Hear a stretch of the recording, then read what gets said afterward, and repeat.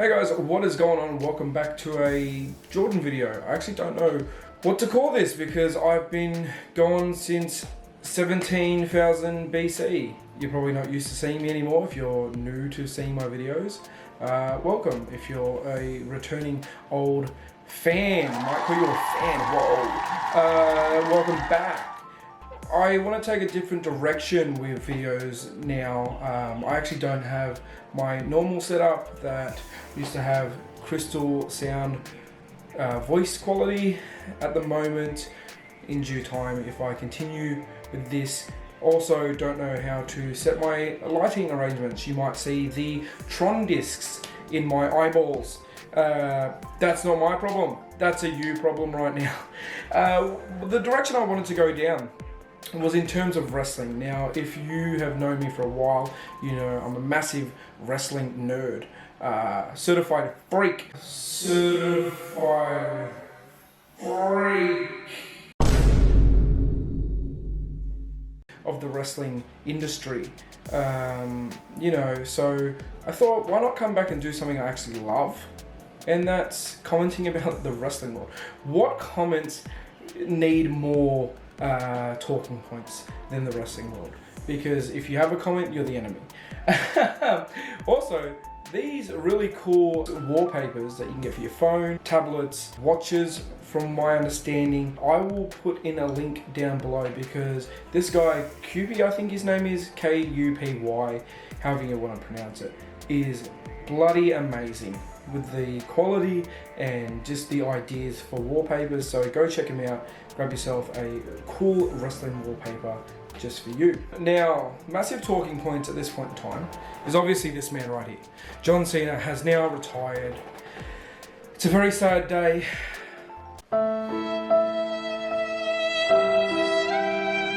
But, you know, we knew it was coming. We knew it was coming a year ago. Like he said, no one's ever done this before, but we're still not ready for it. My thanks and appreciation to the years and sacrifices and commitment that he gave to the WWE, but now he gets to go live his life, and wherever that leads, you know, more movies or maybe settling down and having his own family now that he's got that time, so be it. But you know, that's the last sort of childhood piece, I suppose, in terms of retirements go. You know, we still have CM Punk and Randy Orton, but I feel like John Cena was just one of those big staple points in many people's childhoods. But let's go on to why I'm talking today.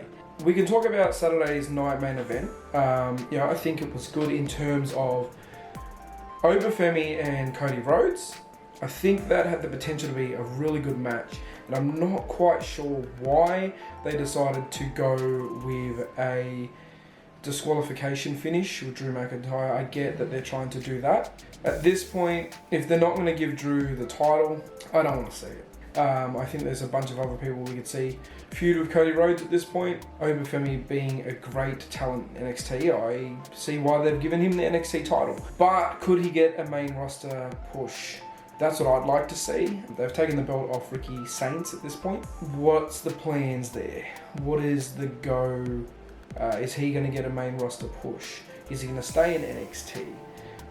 That world, I don't know. Then we also had Bayley and Ruca, which I thought was a really good showcasing of what Ruca has to offer. I think she's phenomenal athletically.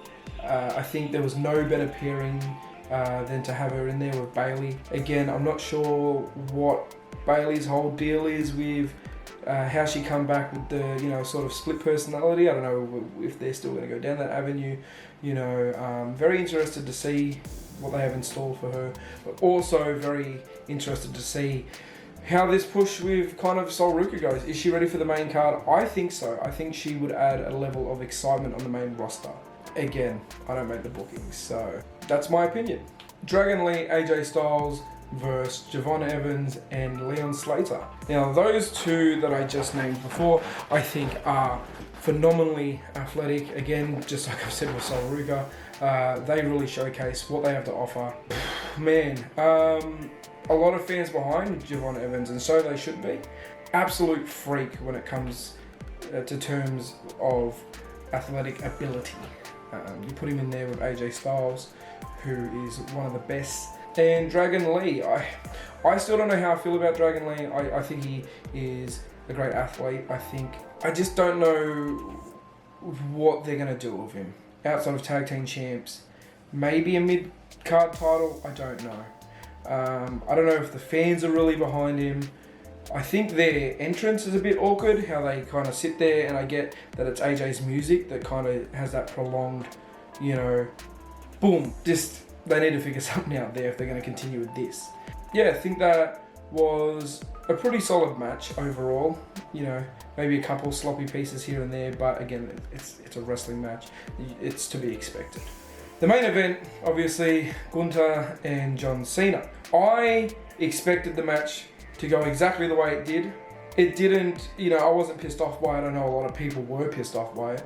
But if you thought John Cena was going out on top on his final match and not putting someone over, then you're out of your mind. If you think that it should have been booked that way, I don't know. I don't know what to tell you. Because you're not going... A lot of wrestlers who retire usually don't win their last matches. That's their final send-off. They're now passing the torch on. And I know we can say Cena did that with Dom. He's done that with such and such. It really just goes to show that, they're thinking about the business moving forward. This is their last match. It's not about them anymore. It's about the future. I love the little smile at the end. I take it as, not that he tapped out and not that he quit, but, he had already said that he was retiring. He's already tapped out anyway, saying this is it. Just a final send-off. He knew it was time to let go. And that's what he did. Don't cry because it's over. Smile that it happened is the best way to put it. And again, I think it was a great final send-off. Now let's talk about Raw, because Gunther went out there and just friggin' hot dog the fans. He is in nuclear heat. Nuclear. That's going to be the word. Nuclear. Unbelievable. The crowd I would have loved to have been in attendance, because that crowd would have been astronomical in terms of noise. He just went out there. I made John Cena tap like a little bitch.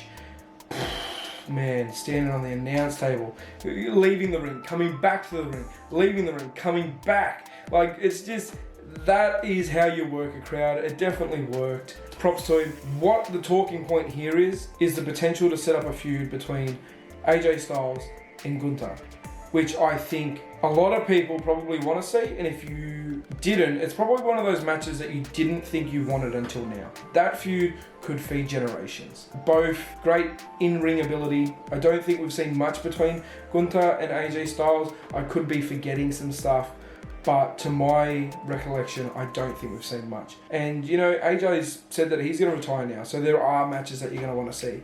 And I don't know if they're doing this whole Gunther's going to retire people thing, because he's done it with Goldberg. He's done it now with John Cena. I can't remember if he's had any other matches that have kind of put anyone on the shelf for a bit. But is this a Legend Killer 2.0? I don't think so. If they're going to go down this avenue, you need to strap a rocket on his back, which I know they've already done. I know he's been world champion. I know he's had long reigns of the IC title. But you need to strap a title on him and just go hell for leather. Because what would be the point in all this? Put this title on him. Just do something. Because you don't want it to go to waste. And so many things go to waste, unfortunately, in the wrestling business. But I think with the reactions that we've received, this is the go point. This is just, another level. Let's talk about the Usos. The Usos are back together, which I am really excited for. If they go down the route of the Uso Penitentiary, I love that version of the Usos. A heated Jay and Jimmy is phenomenal. The ability that they have together on the microphone is unbelievable. I think it was a great match to have them back against the New Day. I think it would be better if one had the title, just because of the history there. I think their Hell in the Cell match against each other was phenomenal for a tag team Hell in the Cell match. I would be interested to see another match like that, even in a steel cage. I don't really have much to say about this. I think it was, a pretty standard match. I guess it was just a pretty standard match between them two. I'm excited to see where they go with this, because I think the tag team sort of scene was lacking in terms of Raw's side, I guess you could say. I don't know where the Street Profits are at this point. I know that they were doing that whole thing where it's like, oh, is someone going to turn? Or was Montez Ford the masked man, which we'll speak about soon. Honestly, yeah, I'm excited to see where this goes, because I feel like, not that they've lost confidence in Jay and they don't know what to do with Jimmy, but I think they need to build a strong ground in the tag team division, because it's just kind of going nowhere. I wouldn't, if you asked me who would be the tag team champions right now, I wouldn't have said Dragon Lee and AJ Styles. I don't think anyone would have said Dragon Lee and AJ Styles. But here we are. You know, I think they will probably drop the belts and AJ will do this stuff with Gunther, but I could be wrong. Now on to Ivy Nile and Maxine Dupree. I think this match probably was a long time coming. I think both need a little bit more work. I think the match was a little bit sloppy, slow. I'm not saying they're inexperienced, because they've got a hell of a lot more experience than me. I wouldn't count 3 training sessions as a lot of experience. Shout out Jordan Aries. There was just something off about this match that was hard to watch. Certain points, hey, I love a good strap pull down just as much as the next bloke. And I think it's funny that she does it, but yeah, I think just there's a little bit of work that needs to go into Maxine. Obviously, you know, working alongside Natalya, whether that be shoot or kayfabe, really needs some fine tuning. I don't really remember seeing much of Ivy Nile's in-ring performance anyway. Again, I think, you know, she has great physical appearance, jacked as hell. But her in-ring performance and maybe her promo skills just aren't there yet. And especially when you're competing for a mid-card title. You know, you took it off Becky, who in her past promos just recently have been sublime, right? Absolutely just untouchable in terms of just passion and the humor behind it. It's not just me saying it, it's them that's saying it. But yeah, I'm excited to see what they do with Maxine. I think she has ability, but she just has to break through those finer details in terms of just in-ring psychology and putting it all together in a match. We also had Raquel and Stephanie. I think probably a better match in terms of the women's wrestling tonight. Again, this isn't me saying that women's wrestling is bad, because I actually enjoy a lot of matches that the women divisions have to offer. I just think this was the better match out of the women's division tonight, just in terms of sort of quality and experience. I like Raquel. I think she's great. I think she is a powerhouse. The Judgment Day bit, I don't know when we're going to kind of let this all just die down, but I liked her and Liv as a tag team, but I think she needs to kind of step away from the Judgment Day and do her own thing for a little bit, you know, return to, you know, keep the heel stuff, whatever, but just step away. I think the whole Judgment Day bit needs to end, and they need to figure out how they're going to end it, instead of just dragging it on like the Bloodline bit for far too long. You can't just milk it forever. But yeah, solid match. I really don't have a lot to say about it. I did like it. Again, DQ finish with Nikki Bella coming out. I would have liked to have seen how it would have ended. Again, Nikki Bella, I'm not sure why they're bringing her back. You know, as good as it is to see her, I don't know.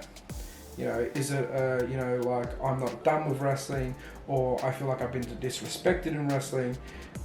Where are we going? You know, like I get the heel turn. It was expected. I didn't expect her to be a face for too long. But let's just, you know, think more about the future and what they have to offer. Again, bring Sol Ruca up, bring Zari up, Jordan Grace.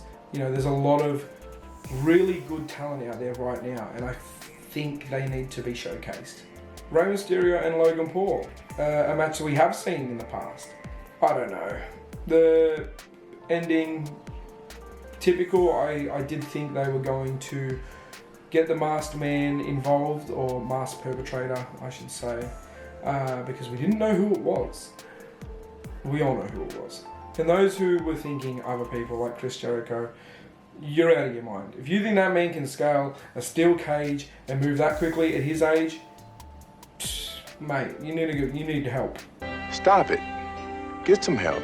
Yeah, again, just, Rey Mysterio, for his age and the injuries he's been through, he just goes, man. Just goes and really proves why he is the second best luchador, because my boy Dominic Mysterio is the greatest luchador of all time. Sorry, not sorry.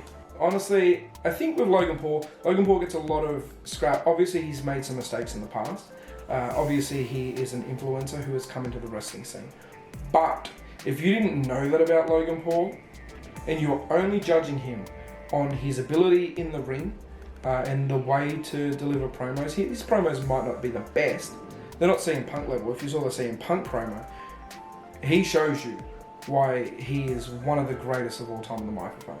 But if you only judged him by his in-ring performance and his ability, man, you'd have really not a whole lot to say about it, because he is great in the ring. He is decent on the mic.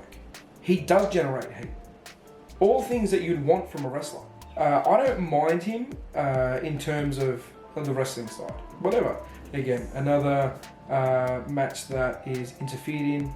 Kind of feels like the WCW days where every match gets interfered or DQ'd. But we got to reveal the masked man. Austin Theory. I'm glad he's back. I've missed Austin Theory. I actually like Austin Theory.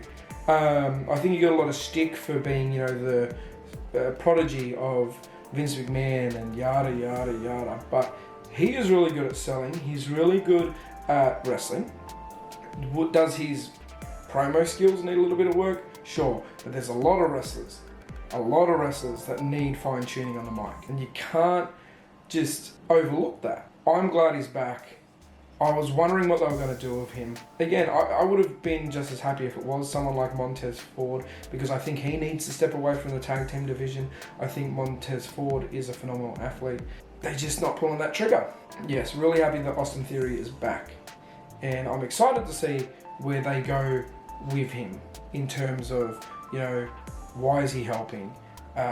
Where does that lead him in the future? Does he, target a main event picture? Or does he go back to the mid-card titles? Who knows? How long is he going to stick with the Vision? Is he with the Vision? Was he doing this all just to prove a point? There's a lot of questions I need answered, and that's what's hooking me in. If you're saying that you're not hooked in, and you don't have questions, well then I don't know what you're wanting from the wrestling business. I don't know what you're wanting from any wrestling company. Whether that be AEW, Ring of Honor, TNA, GCW. I don't know. Tell me what you want. Let me know your insights, because I'm kind of content at the moment. Maybe that makes me a lesser of a fan, but I'm really happy where we are currently.